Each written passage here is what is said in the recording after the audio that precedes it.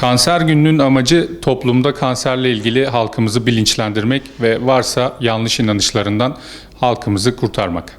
En sık gördüğümüz yanlış inanışlardan birisi hastalarımızın şikayeti olmaması ve şikayetinin olmadığı durumda hiçbir şeyinin olmadığını düşünmesi. Biliyoruz ki kanser erken evrelerde hiç belirti ve bulgu vermeyebilir.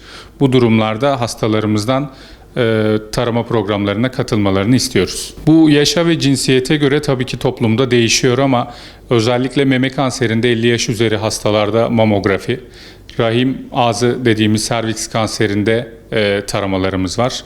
Kolon kanserinde taramalarımız var. Şu anda Türkiye'de bu 3 kanser tarama programı içerisinde. Bu konuyla alakalı toplumda çok ciddi yanlış inanışlar var ve teknolojinin de gelişmesiyle beraber internette gördükleri her bilgiyi doğru zannetmemelerini, bunları sorgulamalarını ve mümkünse hekimleriyle istişare etmelerini istiyoruz. Topluma vermek istediğimiz en son mesaj kanserden korkmamaları. Erken teşhis hayat kurtarır. Bugün randevu almak için güzel bir gün.